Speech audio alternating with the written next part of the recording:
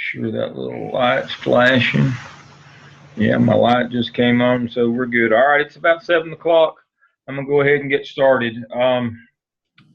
Let's review where we are this week with your class assignments. This week is week 5, September 25th to October 1st. Students' rights, review local handbooks, principal's guide. This week you were to observe a student due process in school and report back. I had several of you who have done that. Um, and I wanted to point out one thing.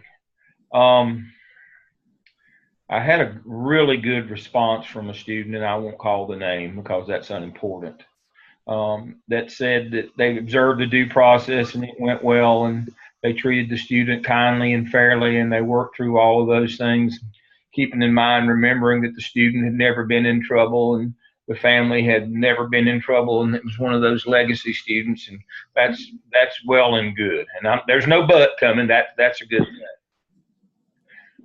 Please remember that when you are handling due process, everybody gets the same. There are two standards in the law, and they're called arbitrary and capricious. The first one is capricious. That's when you give more punishment than your handbook calls for. That's why I had you find your rights and responsibilities handbook, and I'm going to review the one from Charlotte Mecklenburg tonight. If the maximum is a 1-day suspension and you give a 3-day suspension, it will be appealed on the basis of it's capricious. You gave more punishment than was allowable by the law or the handbook, which is district policy. The other is arbitrary. Now, here's a problem that you can get into when you factor in the student's past behavior. Let's say 2 students are involved in exactly the same incident, and they both have equal parts in that incident. You give one of them 1-day suspension and you give the other 5 because this is his 5th suspension, this 5th incident this year. It's the other student's 1st incident. That used to be the way that we did discipline back in the 80s. It was called assertive discipline. And it wasn't so much what you did, it was the number of times that you did it. That has since gone the way of the dodo bird. That's considered to be arbitrary. If students do the same infraction, then they have to get the same punishment. Otherwise, you can be seen as playing favorites. You can be charged with being arbitrary, and that is a legal term. And what you did can be overturned, and things won't go well for you and from your employers if you do that. So make sure that you understand due process is a process for everybody. And if you find students equally at fault, then they should get the same punishment, the same consequence. Let's put it that way. Otherwise, you can be seen as being arbitrary. And that's the 2 standards that you must always fight against when you are delivering due process to a student. Have you not been arbitrary? Have you treated everybody fairly and the same? Have you put them through the same process? And capricious, did you follow the guidelines when you meted out the consequences for the behavior? So those are your 2 standards you need to be mindful of. We're going to look at that handbook in just a minute. So that's what we were working on this week, and I've seen some good discussion board posts, and I appreciate those. So I'll move out of that. Let's look, new share.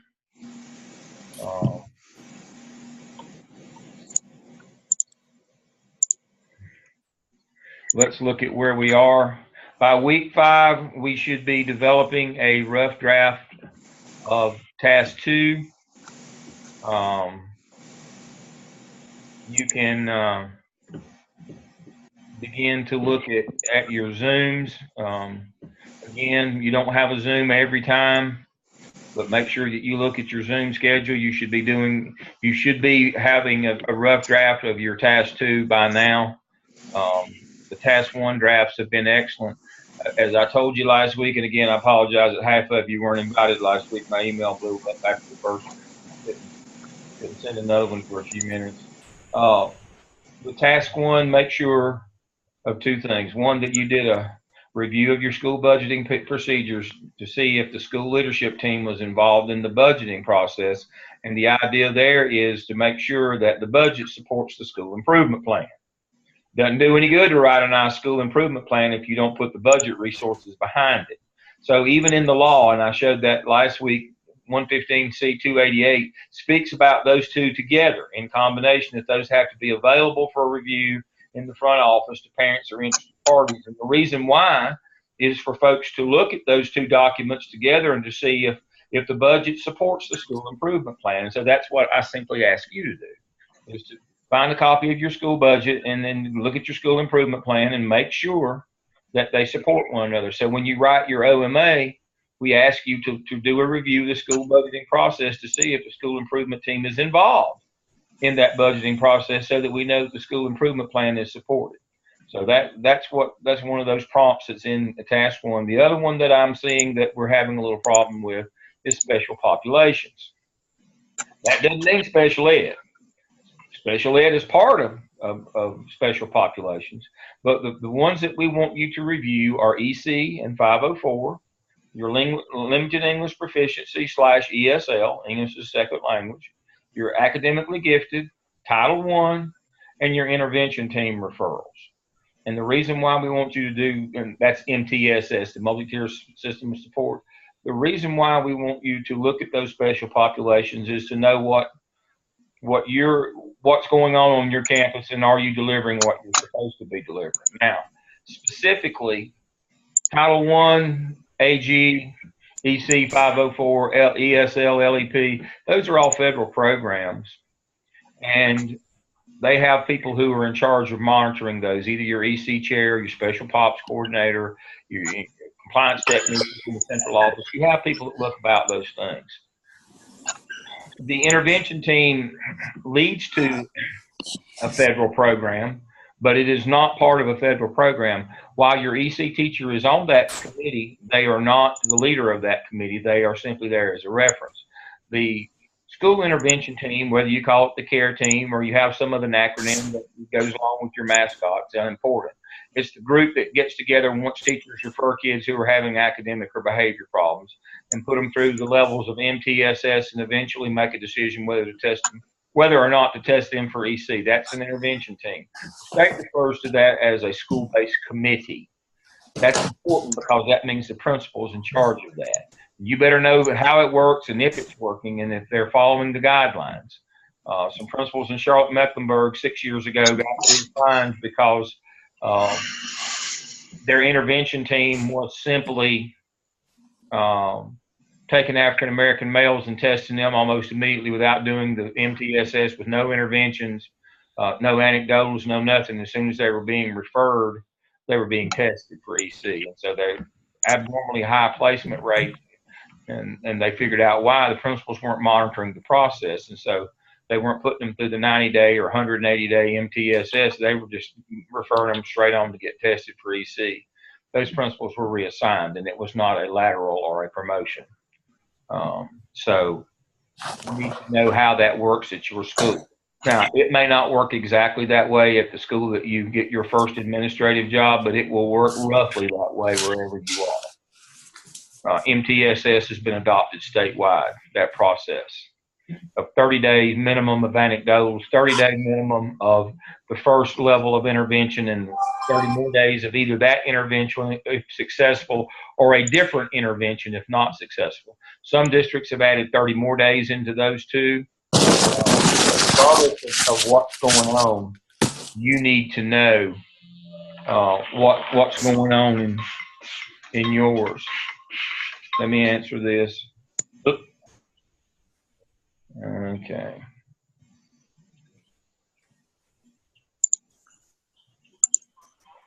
All right. Okay. There's a crisis on the main campus, and I keep getting calls and updates, and so they continue to call my phone. They're calling my office. I'm not on campus, so I have not been injured.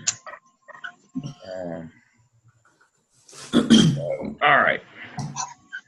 Hopefully they'll stop doing that. So those are the two areas of the OMA task one that you need to make sure that you're on to is that comparing, the budget process, what involvement school leadership team has, and compare that. Are they involved, with the budget to support the school improvement plan? And the other is make sure you review your special populations. In task 2, as we talked about last week, it's basically about half of APTEL task 2 and all of task 3.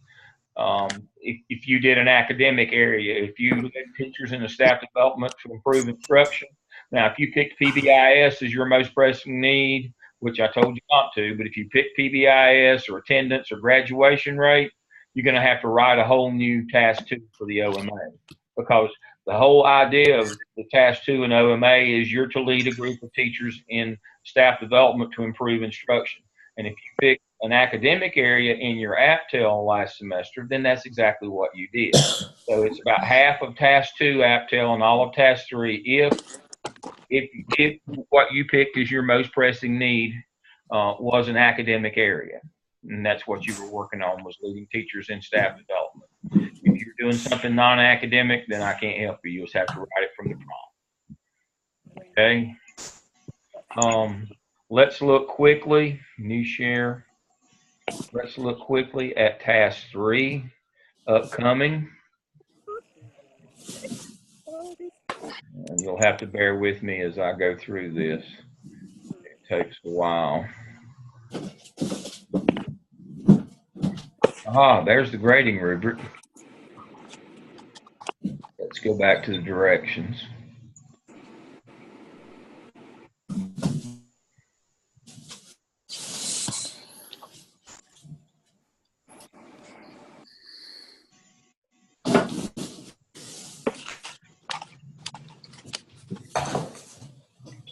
All right, introduction. Task 3 of the OMA is building a schedule.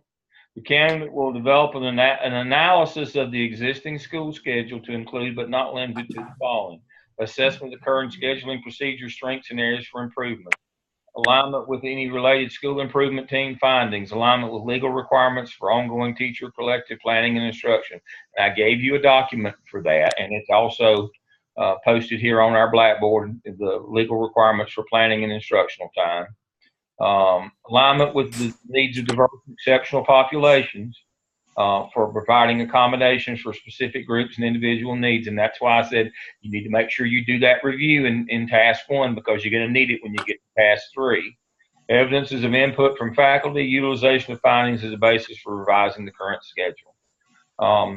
That first one is assessment of the current scheduling procedures, strengths. Now, it's not just an assessment of the schedule. It's an assessment of the procedures. Many of you, especially sometimes in the past, or maybe even currently, you've gone into the principal's conference room or somewhere in the office and they had a big whiteboard with yellow stickies all over it for the master schedule. The question is, how did those yellow stickies, why are they where they are? The question here is what process? And the process should be, we start with federal law and our special populations programs and all those accommodations. Then we go to state law on things like number of minutes that subjects have to be taught and highly qualified and those kinds of things. Then we go to local policy. Then we go to best practices for scheduling, like having reading before lunch in elementary school. And then we go to teacher input. And that's the process for developing a master schedule. Let me say that again. Starts with federal law with your federal program, special populations. Then it goes to state law. Then it goes to local board policy. Then best research practices, and then staff input. That's the five levels, or the 5 things that must be involved in developing a master schedule.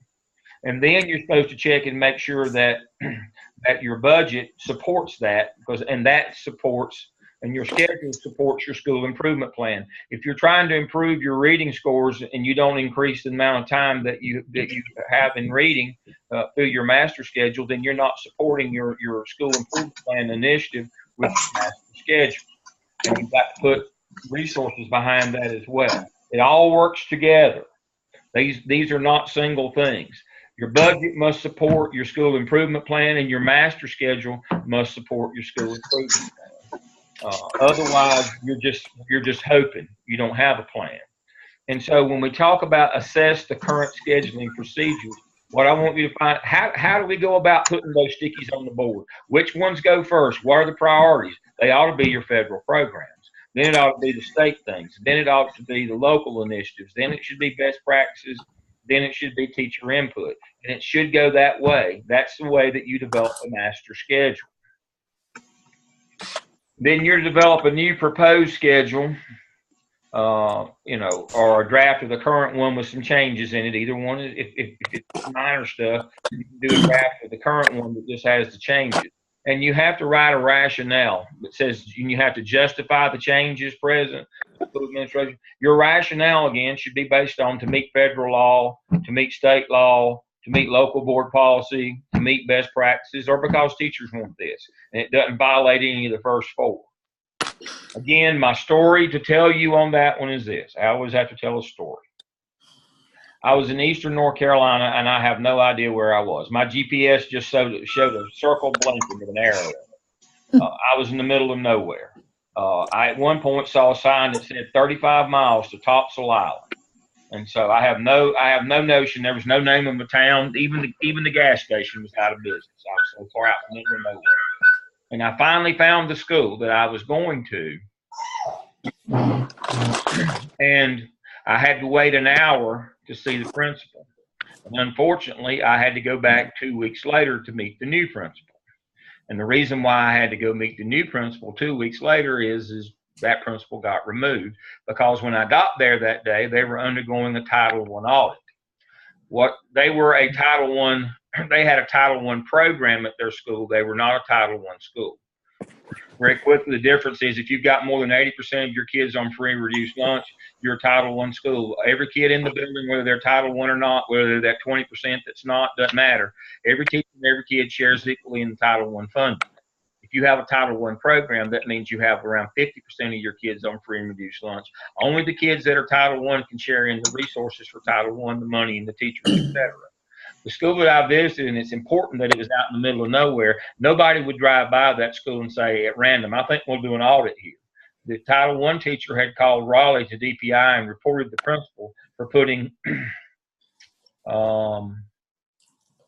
she had 15 Title I kids, and the principal had given her another 15 kids to balance the load in the third grade because of the regular teachers had complained that they were overloaded and that she didn't have but 15. And so he forgot the priority list. He put teacher input on top as number one, rather number 5, and remaining with federal law at number 1 priority in scheduling. And so he had balanced the loads across the third grade and give her 15 students that were not on her Title I head count. She immediately called Raleigh, and they came to the audit, and I had to go meet the new principal 2 weeks later. You do not get away with misspending federal money. That does not happen. There is no recourse other than you have to go home. That's the way that works. And the district has to refund the money. So that's what we're talking about here is there is a priority in scheduling. And the only way that you make sure that you follow that priority is your scheduling procedure.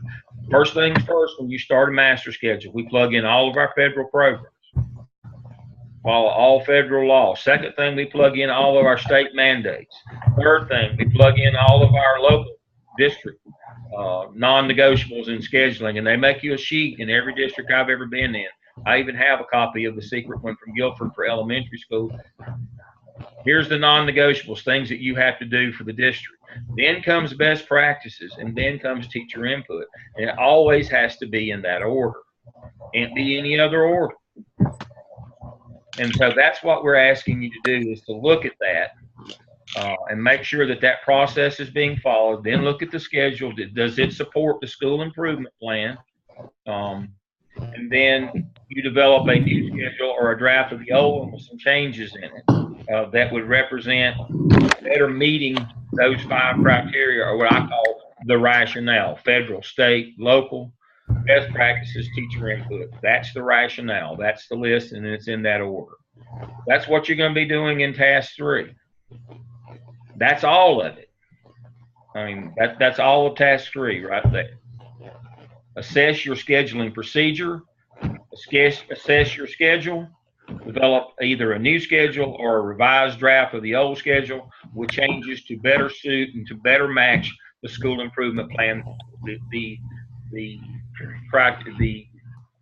priorities in that school improvement plan. It's just that simple. This is not rocket science on this. Students make this one way too hard. I don't expect it to be 100 pages long. This one should be a quick and dirty. Chris, I'm glad to see you got your necktie on tonight. Yeah, we had a late night tonight. You told me you had a school event tonight. All right, they keep calling me. I got to get them to stop calling me from Gardner Webb.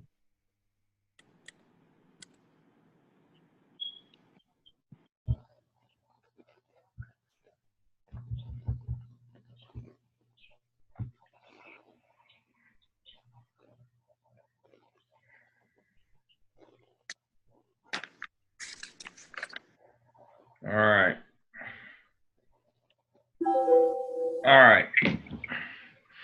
All right. Questions about OMA task 1, 2, or 3? Let me pause and catch my breath here. I hope they'll quit calling me. I'm not the fellow with the on campus. Anybody have any questions about OMA task 1, 2, or 3? Good. All right. We'll move right along then. All right.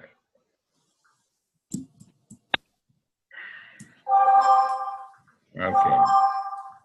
The first thing that I want to cover with you tonight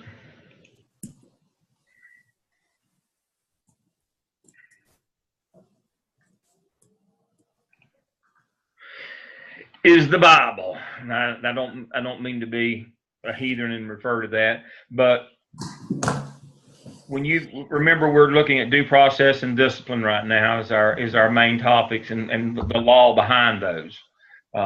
So let's go to the disciplinary data reporting procedures. This is a manual. You can Google this.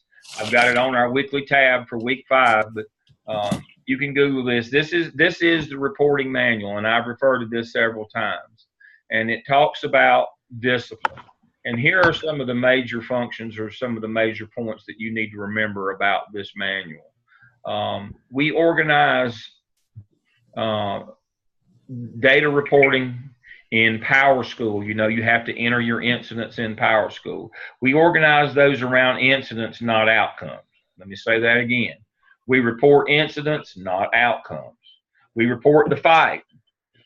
We report a gun. We report a knife. We report aggressive behavior. We report pretty much anything that comes up in a school. We report it to the state. Now, you have people who will say to you, well, we just report the major stuff. There is no major. There is no minor. You are to report everything. We report incidents, not outcomes. An outcome would be if you suspended a kid. Well, we don't put them in unless we suspended them. No, that's not the law. The law is you report incidents. So let me show you that. Dr. Lamb. Yes. Do they? Okay. Say for example, it's a BB gun. Is that something that is reported? Because yeah, I'm just inquiring. Yes. Yes. Okay. Yes. Yes. Discipline data in the aggregate is public information. This is law that you have to report this stuff. Disciplinary data reporting is organized around incidents. Doesn't matter what you can, even if you just give a kid a conference, doesn't matter. We report all incidents, and right here is all the state law behind it. Here are the acts of violence that have to be reported. Here are and there's acts of crime. All this goes to the Office of Civil Rights. But let me show you what must be reported. Any act resulting in an in or out of school suspension, any assignment, any use of in the following offenses, regardless of consequences assigned, regardless. Robbery with a weapon, robbery involving use of a weapon or a firearm, possession of a weapon, possession of a firearm, possession of a controlled substance. All these things have to be reported. Bullying, discrimination, sexual harassment, fighting, a fray is a public fight for those of you who didn't know, communicating threats, gang activity, extortion, possession of tobacco products, all of your big ones, and additionally these. And once you read all the lists and anything that's on the list of infractions, again, here's one for you. Regardless who determines the data to enter or who entered the data, the principal is ultimately responsible. And here's the law right here. And this is probably going to be you. Let me see if I can move it. There we go. Each school should have one person responsible for documenting disciplinary acts and consequences, known as the discipline data coordinator, for the purposes of this discussion. The school disciplinary data coordinator must be familiar with the definitions of reportable acts, that go into your determination if you're a persistently dangerous school, and everything that must be reported to the state and to the police. The coordinator may not be the same person who inputs the discipline. However, you're responsible for its accuracy. This is usually an assistant principal that does this. And so there's a LEA disciplinary data coordinator that you're supposed to contact for guidelines if you're having trouble or don't understand. I have served in that role, by the way. Not the most fun I ever had in the biggest district in the state. That was one of my jobs as an assistant superintendent. All right. And it goes through all these behaviors, how to put them in. Oh, Lord. They've got a gun on campus and they've gone crazy. Evening clients canceled. They still hadn't found the gunman. All right. Oh my God. Hey, Dr. Lamb. Yes. I got a question. Yes. So I just know in our district they keep telling us that we need to cut back on discipline like 10%. I'm just throwing that out. So what if your principal is saying that some of these we're not going to log them? Well, then nobody can give you permission to break the law. The principal's breaking the law and is asking you to do that. I had an assistant principal at a large high school, and the state called me up. When they call you, it's never good. BPI called me and said, is there something wrong with that high school? They put no data in this semester, and I went up there. They just hired a new leaders for new school, which is basically Teach for America for administrators. She'd walked around and held a clipboard for a year and hadn't been in a administrative program, never had a school law class, and they said the same thing to her. We want you to reduce the amount of suspensions. What they meant was we want you to supervise and do a better job with antecedent behaviors and stop the incidents that lead to suspension. All she heard was we want to reduce the number of suspensions, so she wasn't putting them in. The person we replaced her with had to go back and put all of those in. And that's what happens when you don't give the state their data. Because guess what happened? There was 140 out-of-school suspensions with multiple days. It ended up being more than 700 days of suspension at that large urban high school that month that the state paid for kids that the school reported they were in school when they were suspended. And so we had to rebate to them over 700 days of attendance. It ended up being $17,000 we had to give them back. They do not take kindly when they give you money and you defraud them on your attendance, and that's what happens in that case. But nobody can tell you to break the law or give you permission to break the law. This manual says you will report all this stuff, and if you don't, you're on the hook. And so here's all the laws, and here's everything that says why you have to do this. And let me show you. It gives you scenarios. You need to be reading this thing. I don't have the time tonight to spend, but I'm telling you, this is the most important document that I will ever share with you, because you're going to have to handle this.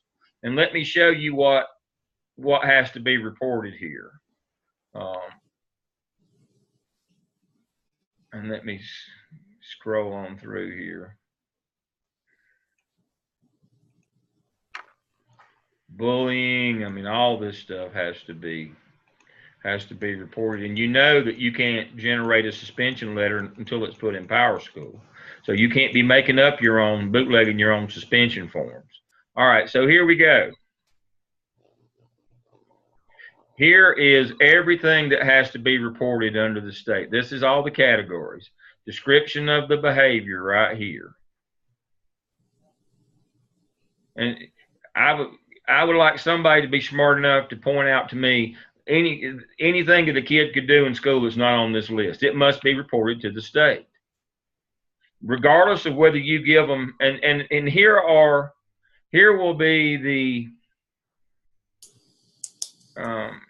will be the consequences.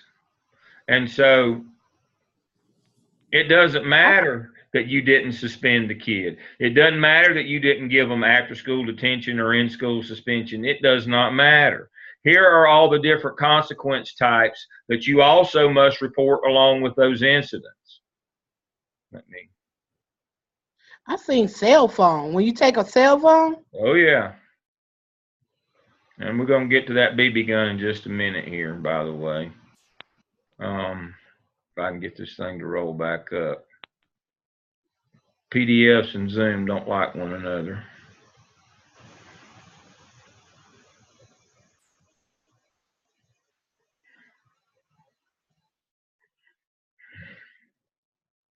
Consequence types. If I can get it to come back down now.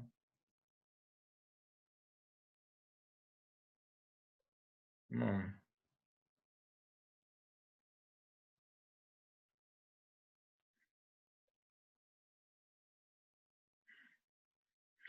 Supervised activities, ISS, OSS, OS, remainder of the year expulsion, corporal punishment, alternative school, ALP, community-based agency, report to law enforcement, after-school detention, bus suspension, conference, lunch detention, student pays restitution, a timeout in elementary school, student written warning, revoked driving privileges, student oral warning, administrative conference with parents, administrative conference with students, work detail, homebound, Saturday, sent home early. I mean, it doesn't matter. Again, we report incidents, not outcomes. So when you have somebody say, well, I don't have to report that because we didn't do this to that kid or we didn't do that, all we did was a conference. I believe it says right here, conference. That does not let you off the hook for reporting incidents that happen at your school. If any of these things on this list, and it's a very comprehensive list, anything on this list happens, you have to report it to the state through Power School. And if it has a prefix that's PD or RO, PD being it counts against your persistently dangerous total, or RO, it's a reportable offense, you have to call the police. UB is unacceptable behavior. Now, there's 4 of those. If they happen, you also have to call the police because they have a statute number behind them that means that they are a violation of the law. And let me show you those. There's one. Disorderly conduct. If you charge somebody with disorderly conduct, even though it has a UB prefix, you still have to call the police because it has a general statute number behind it. Communicating threats is another. If a parent comes on and threatens to whip everybody at school, you have to call the police. That's for everybody's safety. They may come back and try something. A fray, as I told you, a fight in a public place with multiple people. If you have a big knockdown drag out in the cafeteria and there's 10 kids involved, you have to tell the police.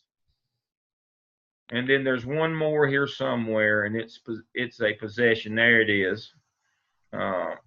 Burning of a yeah, there we go. Alcohol possession.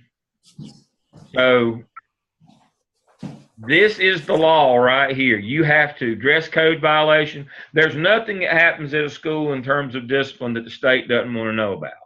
You have to tell them. Now, that it runs your numbers up is immaterial. This is the law. You saw all those statutes at the beginning of this thing and all the laws that you're in violation of. It used to say in here you'd be charged with a class 4 misdemeanor and lose your license and lose your job. It doesn't say that anymore, but it still will happen to you. So let's make sure. Now, to get to that BB gun, and this is not a setup. I hadn't heard about the BB gun until tonight. But see how I memorized this thing years ago. There's your weapon types right there. And then we go into the description of a weapon down here. Let's see.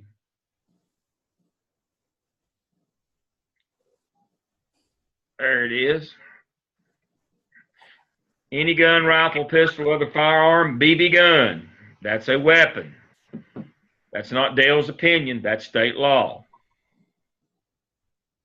Stun gun, air rifle, air pistol, bowie knife, dirt, dagger, slingshot, leaded cane, switchblade knife, blackjack, metallic knuckles, razors and razor blades, fireworks, or short-pointed or edged instrument. I used to have that memorized, so when I got a call from all the nitwits I worked with in CMS, some people would call me, is this a weapon? Well, yes, it's a weapon. Is it not on the list? But I don't want to report that. I didn't want my hair to fall out. Not your choice, not mine. We're adults here. Grow up and go on about your business. You know, the rationale for not reporting is not I don't want to. You get caught not wanting to, then somebody like me has to come out and relieve you of take your keys. I got tired of doing that, so I'm doing something else. But I got tired of having to go out and take people's keys because they were trying to cheat on their data. This is serious business. So, Dr. Lamb, the reporting pretty much has nothing to do with, I understand, like you said, the outcome. So we're reporting it to pretty much, you know, CYA, and it doesn't matter what the school board does because, I mean, it's just like a difficult situation now that what I'm hearing and what I possibly have seen. The kid potentially can come back to school, although we reported it. That doesn't make the school safer.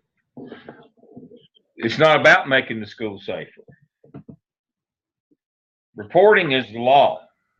Now, you can choose to use it to make the school safer by disaggregating your data and looking your incidents, and especially the location of the incident, so that you can get more support and more supervision of those areas. I'm not telling you that you shouldn't be smart, and I showed you last week or the week before about antecedent behaviors. You start keeping, if you'll keep your data and you look and you start seeing patterns in your small stuff, you can anticipate the big stuff and you can take steps to nip it in the bud.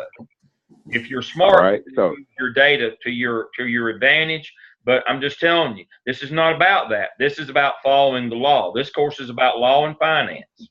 You get caught not doing this, can't help you. So when we report something like this, is it outside of the realm to think that we should also let the community know, or this is not even tied into that? When you say when we report this, when a teacher reports this to administrator, you're done. Okay. It's not on you anymore. It's up to them. As I showed you at the beginning, you have a disciplinary data coordinator, and it says often an assistant principal. They're the ones responsible. Once a teacher reports or a staff member reports to the appropriate authority, you're out of it. If they choose not to report it to the state in Power School, or choose not to call the police if it was a act of crime or violence, that's on them. That's not on you. That's why I said I'm training you to be that person. More than likely, your first job as an AP, they're going to dump this on you because nobody wants to do this because of the potential liability and harm to their careers. They don't want to be seen as somebody in the central office that doesn't go along. But on the other hand, you don't do it and they catch you, then somebody like me has to come out and get your keys, because nobody can give you permission to break the law. Although you might know that the district wants you to cut your numbers down, what they want you to do is supervise better, run your statisticals, find out where your hot spots are, look at your antecedent, your trigger behaviors, your small ones, address those so they won't become the big ones. When they say we want you to reduce suspensions, that's what they mean, is do the work, not just don't put them in the machine. Gotcha. Because then we get into trouble with not following the law, and then you don't want to be on the channel 3 news in the evening that stuff's been going on in your school and you hadn't been reported and kids have been victimized, and parents are going to the magistrate and taking out warrants for behaviors, and parents are filing lawsuits, and they get a parent group started and they get a name. When they get a name that's an acronym, you're in trouble. When the parent groups organize to the point that they get their own name, some acronym like Safe Kids or, Fume or something like that, you're in trouble. It's not going to go well for you. And so I know that it puts you in a conflict here, but you always follow the law. Nobody can give you permission to break the law or not follow the law. And every district has somebody, unfortunately, that was my responsibility, that has to be the district data coordinator that falls in their shop, and they have to have enough authority that when people don't do the right thing, they go out and take their keys. Because we can't get caught doing this. We lose all public confidence in our ability to govern or to lead when we lie to the public and we don't report out what's going on in schools. You can't do that. We trade on our honor and our honesty and our integrity. And if we don't have that, then we can't lead. And we have to get somebody else in who will do those things. That's sad but true tale, but it's the truth. When the district or the community lose faith in you in terms of your honesty and integrity, you can't be a leader in this business, because that's what we trade on. So I know that it puts people in difficult situations. I know that sometimes the things that happen on your campus put you in persistently dangerous harm's way in terms of that calculation with those acts of violence. Call for some help, get some people out to help you, get your teachers supervising better, get a better duty roster during the day, get more people on your hot spots where things are happening, reorganize your schedule maybe. I inherited a junior high school, but we had too much stuff that was going on. And we were moving too many times. I cut down the number of movements from 6 a day to 4 a day, and dropped and moved some kids from one part of the campus to the other, and reduced my incidents by half the first year, just by not having as many class changes and by moving some special population kids off of the main hall out to another area of the campus so that they weren't right at the cafeteria where all the excitement was all the time. I mean, just stuff like that. I just looked at my statisticals. I figured out where my hot spots were immediately and got more teachers supervising the hot spots during transition times, and dropped our incidents in half in 1 year. That was a junior high, and not a good one either, by the way. The toughest one in Charlotte back during the day, when a tough one in Charlotte was about as tough as it got. But we were able to do that simply by being a little bit smarter. We didn't hide what happened. We looked at our statisticals and we used those to help us. That's what, when we talk about reducing suspensions, it's not just don't put them in the machine. Reduce the incidents that lead to suspension. That's the whole idea, to make your campus safer. So if you use your statisticals wisely, yes, they can help you. But if you just put them in the machine or don't put them in the machine and you don't know what's going on, your data's not good because you didn't put anything in there or put very little in there, or you underclassified what happened, And see, that won't help either. I got a call. We got sued by an employee at one of our special schools, and they wanted to know that there was no report of this happened. We denied his workers' comp claim because we didn't get a report that he was injured this badly. And so he sued, and then come to find out. And so I went and I asked the principal, I said, you didn't put this down as assault with serious injury. And right here is what that is: assault resulting in serious pain. I said, you just simply put it down as a simple assault.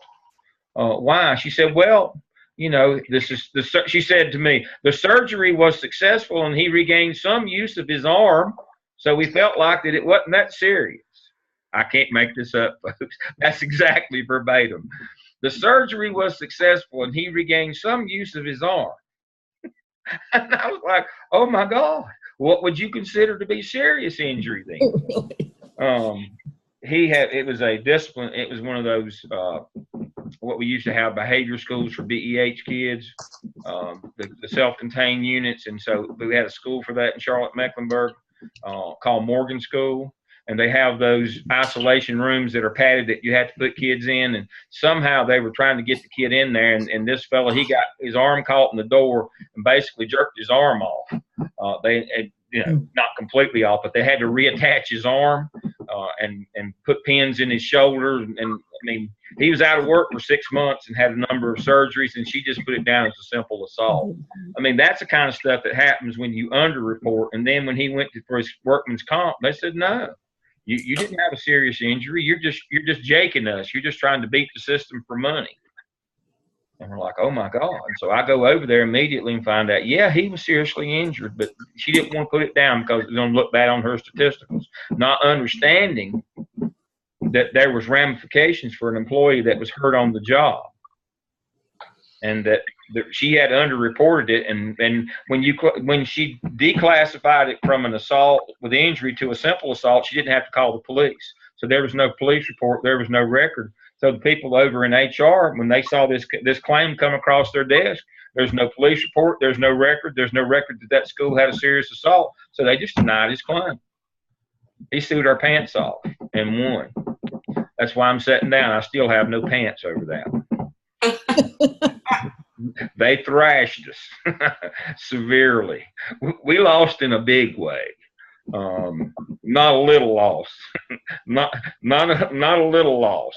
You see my hand. Not a little one. Did anything happen to the principal? Yeah. Yeah, I think I still got her key somewhere. I don't remember exactly what I did with it. What do you think happened? It didn't go well, folks. When stuff like that happens, especially, and see, the thing is everybody doesn't work in Charlotte. I get that. Charlotte had, all 4 of the major networks are there, plus the local News 14 channel and the newspaper and all those people. But everywhere's like that now because of social media. Mm-hmm. I mean, the word gets out on you now, even if you're in Polkton. I saw something this afternoon, and I came home in time to grab me a zero water and get down here for class. And I saw that there was an arrest in Polkton today. I mean, who knew there was such a place as Polkton? But there was a news camera from some independent group was showing this fella getting arrested on drug charges. He was what did they say? He was a prominent developer, real estate developer in Polkton. And I said, well, that's an oxymoron. There isn't anybody prominent in Polkton. I hope nobody's from Polkton and I'm insulting tonight, but you get my drift. I mean, those of you, not many people in the state even know where Polkton is unless you pass it on the way to the beach. But it I know where it is on too. the news tonight. That's what happens, folks. I have a question. Yes. Let's just say, hypothetically speaking, that a child brings a pocket knife to school. Mm-hmm. And is showing it to her friends on the playground. Right. And the punishment was 1 day of in-school suspension. Mm-hmm. Now, I understand as an AP, you're a new AP, but this person isn't. And you have to learn, what punishments go where, what should you do. I didn't think that 1 day in-school suspension was enough for what she did, but that was the punishment. Yeah, well, so that, thank you for bringing that up. And that leads me to leads me to this point, and gosh, they called me 21 times. My office. I'm normally on campus today, and so I guess that's why they're concerned about me. The state does not prescribe punishment. Let me say that again. The state has what you have to report to them, what the categories are, the rules on out-of-school suspension in terms of exceeding 10 days, exceeding, 10 days, with a disciplinary, you get a due process hearing. It does prescribe if you give a kid 10 days, he gets a due process hearing, how to handle EC, all that's in 390. That's 115C, 115 GS, 115C, 390. State law will cover that. This manual speaks to some of that stuff, but the state is not prescriptive. It's up to the local district to be prescriptive in terms of, if you do this, you get that punishment. If you bring a knife, you get this. And so that leads me to my next document. And thank you, Paula, for bringing that up. That brings me to my next document, which is, if I can get this out of the way here, new share. Back to my desktop, and then bring up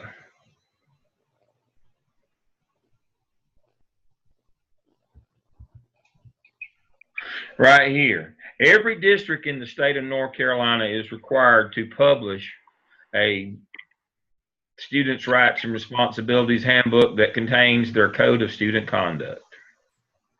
And that Code of Student Conduct, whether it's a level system or a tier system, defines the range of consequences that you can give for a particular infraction. That's what I talked about earlier. You can't be capricious. You got to stay in that range. You can give less, but that's not a good thing, because teachers don't like that, neither do community members, because they think you're running an unsafe school. But the law says you can't give more. So let's look at Paula's scenario here. Very good. Thank you for bringing that up. Let me see if I can get this up here. Again, PDFs don't work well with Zoom, so you'll just have to bear with me.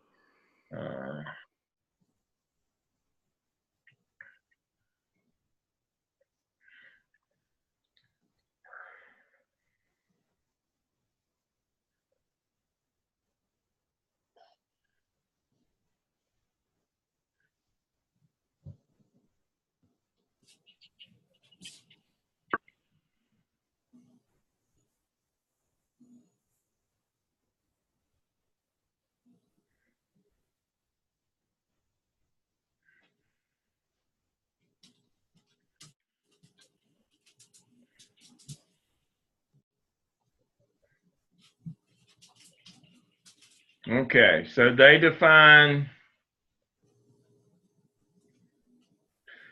possession of weapons are prohibited, personal technology devices, reports to law enforcement, reports to social services, disciplinary responses.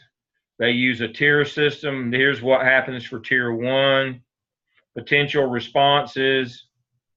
This is your range of things that you can do. A tier 2, and here's the range from that. Tier 3, tier 4, tier 5. Okay, so let's look and see what we can find here.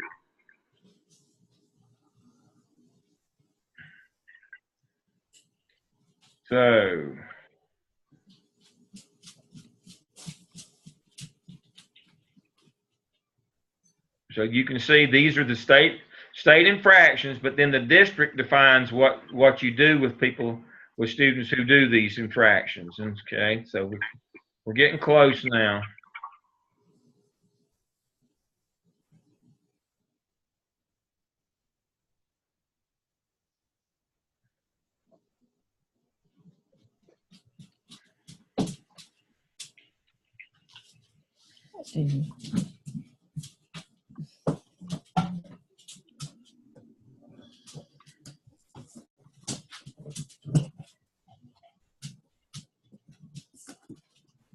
Here we go. Toy knife or look-alike knife. That would be a pocket knife. Okay, that fits under this. And so tier 1 responses, minimum, long-term suspension, maximum. All right, so tier 1 response, anything under tier 1 is what they could be assigned. So let's go back and look at tier 1. There's going to be a range of things that they can do, and you factor in the kid's age and all those kinds of things, and if he's how many times you've seen him and all that kind of stuff. And so you don't have to, you're being consistent with what other kids have gotten, things that you've done. You have to be careful, even though there might not have been any other student involved with this kid bringing the pocket knife. If the kid brought one last week, and you got to be kind of consistent with what you did last week. And so tier 1 is coming up right now. So anything under tier 1, all right? Here's what could happen for tier 1.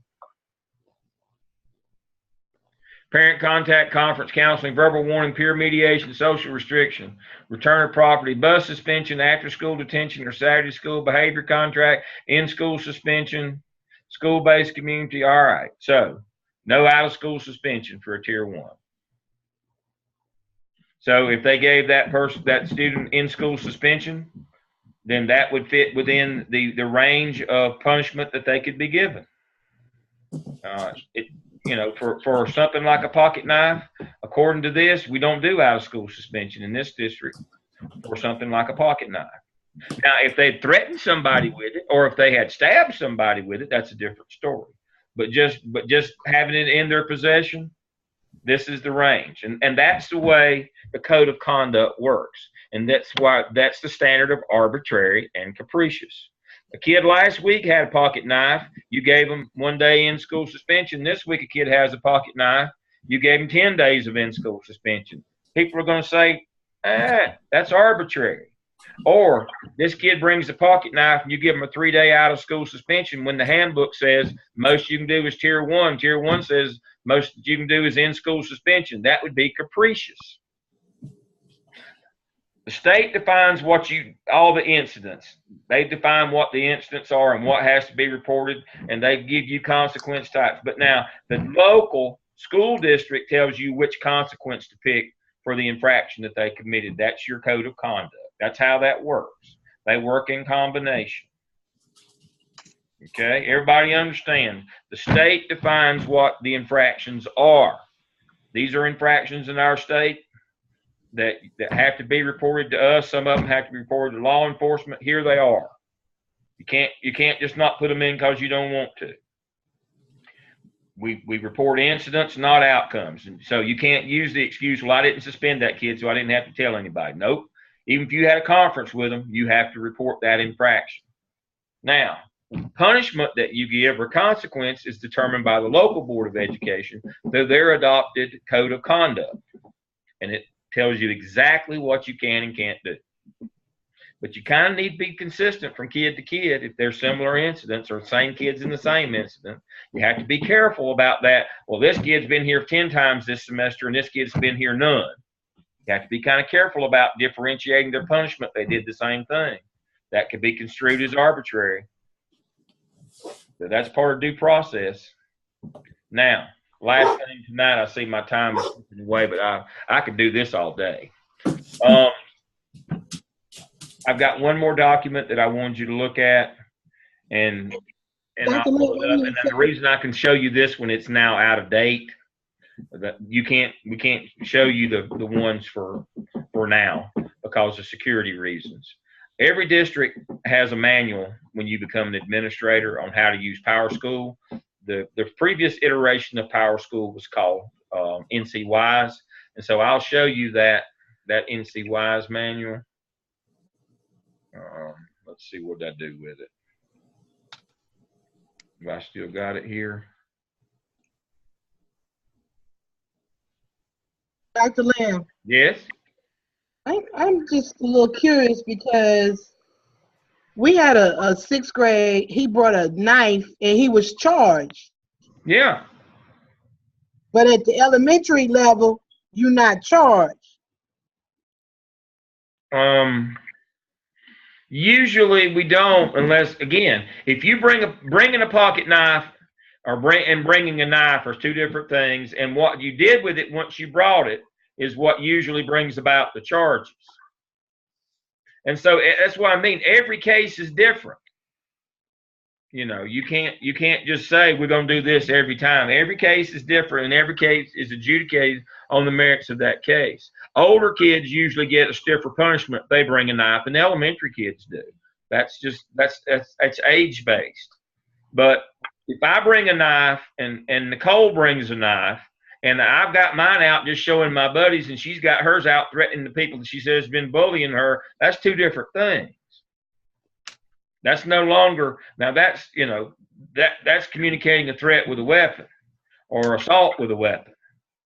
And so a knife is not a knife is not a knife. Age factors in, and what you do with it factors in, and the type of knife factors in. I mean, if you bring a switchblade or what they call an assisted opening knife versus a little pocket knife. That's two different things as well. And both might have come out of your pocket, but one of them is to whittle sticks, the other is to stab people with. The intent there is part of that as well. So let me get out of that. Let me see if I've got it over here. I have to pull it back up. That's no problem. I'll do that. All right. Hopefully I won't lose you. I don't know how I close this thing. It might have closed on its own. All right. So you got a code of conduct for every district. We just went over that district. Now, I can show you this one because we no longer use NCYs. Your district will have a manual, and it has all the passwords and systems and processes in it. And when they train you how to enter incidents into Power School, they have a manual. And what it has is how to use the system. I hope you can see this on my screen. Move this out of the way. Here it is. And so, come on, you can do it. And so, again, this went through about what, 2012, and then we changed over to Power School. This is it. But it tells you how you can how to use the system, and it's got pictures and what screens to go to. But now they don't hand these out because you don't want people in your system messing around. But can't get it to Zoom. Doesn't like a PDF. Okay. So train looks like this. But you can open it up your own, look at it. The one way you get that,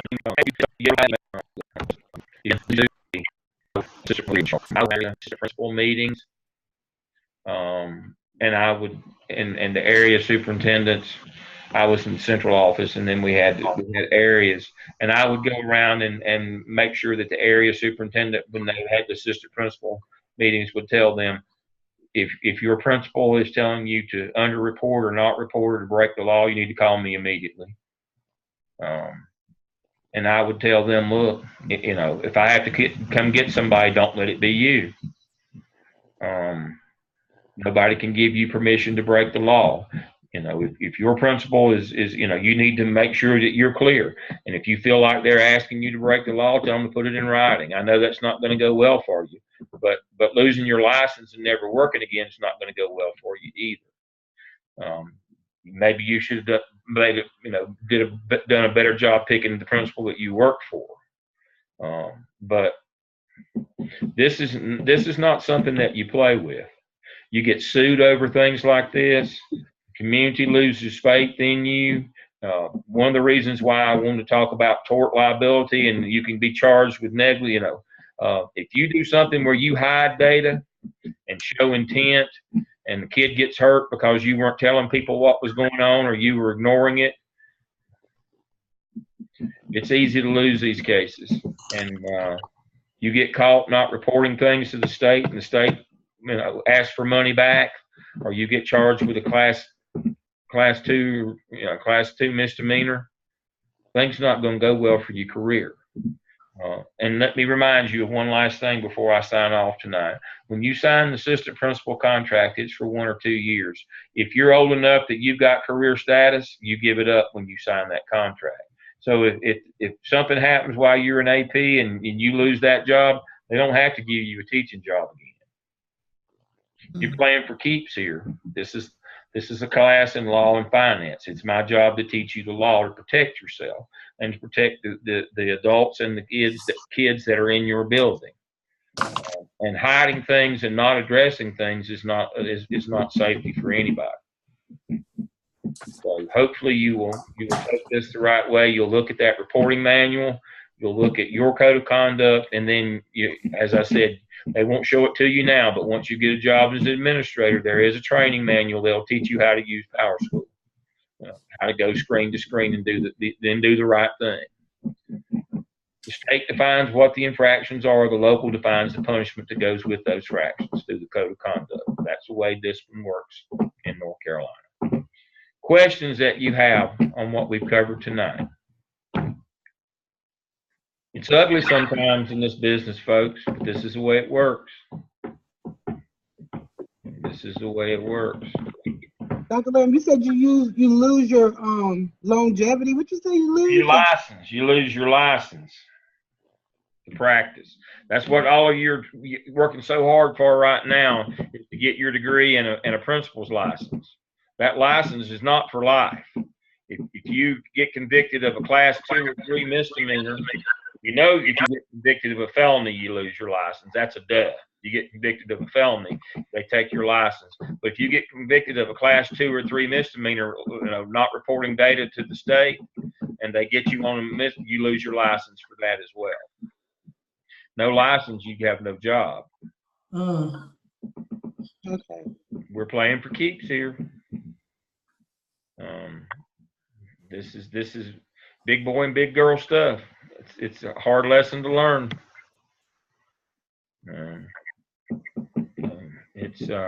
It's not easy to be the one that goes out and takes the keys, but somebody's going to do it. Somebody's going to do it. You don't want to be the one that has to give them up. Trust me. So think about what I've talked about tonight. Go back and look at those documents, and look and make sure that you understand. Due process is not just a good suggestion. It's a law on how you handle those incidents. And they lead to the things that we've gone through tonight. I'll kind of build you up to this. Questions you have for me? Let's see. No, sir. All right. Ann, Nicole, there's Jeff, Catherine, Clarence is with us tonight. I see Chris. I saw Mike earlier. Again, those of you who didn't get it last week, didn't get the announcement, again, 1,000 pardons. I blew up the email system, so I got them back for us. So they had to fix it because of us. All right. I'll see y'all next week. Y'all have a good week. Call, email if you got questions or problems. Have a good week. Thank you. Thank you. Thank you.